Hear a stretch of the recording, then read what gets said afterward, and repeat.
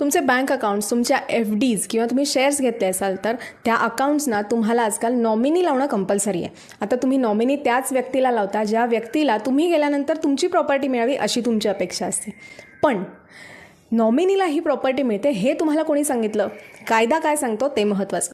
Nominee हा फक्त trustee म्हणून काम करतो. म्हणजे बँक अकाउंट होल्डरची डेथ झाल्यानंतर ते अकाउंट सांभाळण्यासाठी नॉमिनीची नेमणूक केलेली असते. बऱ्याच केसेसमध्ये काय होतं, लीगल एअर्सनी क्लेम केला नाही म्हणून बँक नॉमिनीच्या नावाने ते पैसे ट्रान्सफर करते. पण जेव्हा लीगल एअर्स क्लेम करतात तेव्हा त्या नॉमिनीला ते असेट्स, प्रॉपर्टी असते, ते पैसे असतात, ते लीगल एअर्सच्या नावाने ट्रान्सफर करावेच लागतात. नॉमिनी ही त्या असेट्सवरती कोणताही क्लेम करू शकत नाही. शेअर्सच्या बाबतीत सुद्धा तसंच असतं. डीमॅट अकाउंटला तुम्ही जरी नॉमिनी लावलात तरी सुद्धा लीगल एअर्सनी क्लेम केल्यानंतर ते शेअर्स तुम्हाला त्यांच्या नावाने ट्रान्सफर करावेच लागतात.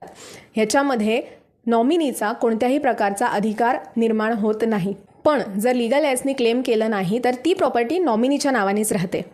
जसं विलमध्ये एक्झिक्युटरचं काम असतं त्याच पद्धतीचं बँक अकाउंट्समध्ये किंवा FDsमध्ये शेअर्समधल्या नॉमिनीचं एक्झिक्युटरसारखं काम या अकाउंट्समध्ये तुम्ही लीगल एअरला सुद्धा नॉमिनी म्हणून नेमू शकता. मग आता मला सांगा, तुम्हाला जर तुमची प्रॉपर्टी तुम्हाला हव्या असलेल्या व्यक्तीच्या नावावर हवी असेल तर तुम्ही विल कराल का नॉमिनी म्हणून त्या व्यक्तीचं नाव लावाल?